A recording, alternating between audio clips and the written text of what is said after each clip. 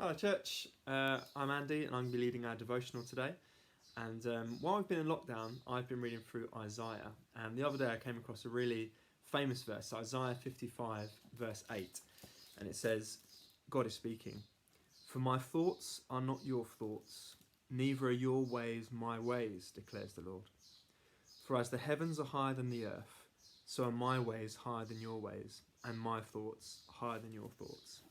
And this is quite a famous verse. We often use it to think about and talk about the kind of mysterious things and the providential things that we maybe don't understand. And when something seems confusing, we can say, oh, well, God's ways are higher than our ways and God's thoughts are higher than our thoughts. And that's fair, but in context, this verse is actually about something far deeper.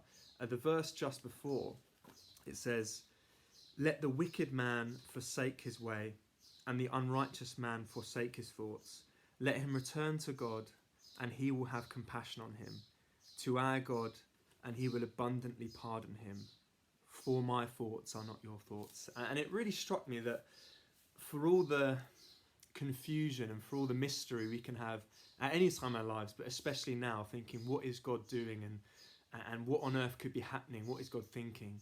That actually, when God himself declares that his thoughts are not like ours and his ways are not like ours, that's in the context of how deep his forgiveness is and how wonderful his ability to forgive and his ability to change people's lives is. And actually, as we look out on the world and we can be so confused about, what good could be happening or what could be coming or what God might be doing through this whole crisis, and we can be in deep confusion over that and deep mystery. And yet God would say the greater mystery is, how could God forgive us? How could God look at us and the mess we've got ourselves in and the things we've done and forgive us and say to us, I love you, I want to adopt you, I want you in my family, I want to bless you, I want to keep you, I want to have you with me in heaven, I want to pour my spirit on you, I want to sacrifice myself for you. And actually the greatest mystery, the hardest thing for us should be to understand is how God would love us and to what extent he would forgive us. And my challenge, I think, for us today and how God has been challenging me is, as much as we might be thinking on the macro level, like what is God doing in the world right now? How is God moving in governments and nations in the world? That for a second we can put that on ice and think about, just reflect on how great a forgiveness we have in Christ. That for all the things we've done and said and thought, for things that we've repented for, that we've acknowledged, for things that we're yet to change in ourselves, the things we do day to day, that God has forgiven us. That he says to us, we can look at our own lives and be baffled at how God could love us. We can look at the lives of other people and say, how on earth, God, could you forgive that?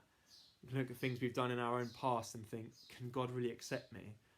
And God's response is, my ways of forgiveness, my thoughts about loving you and forgiving you and keeping you are so much higher and so much deeper than yours.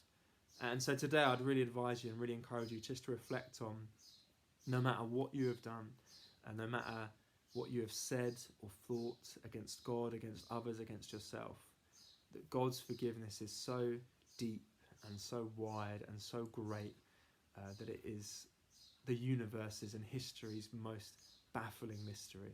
But it's true that he does love us.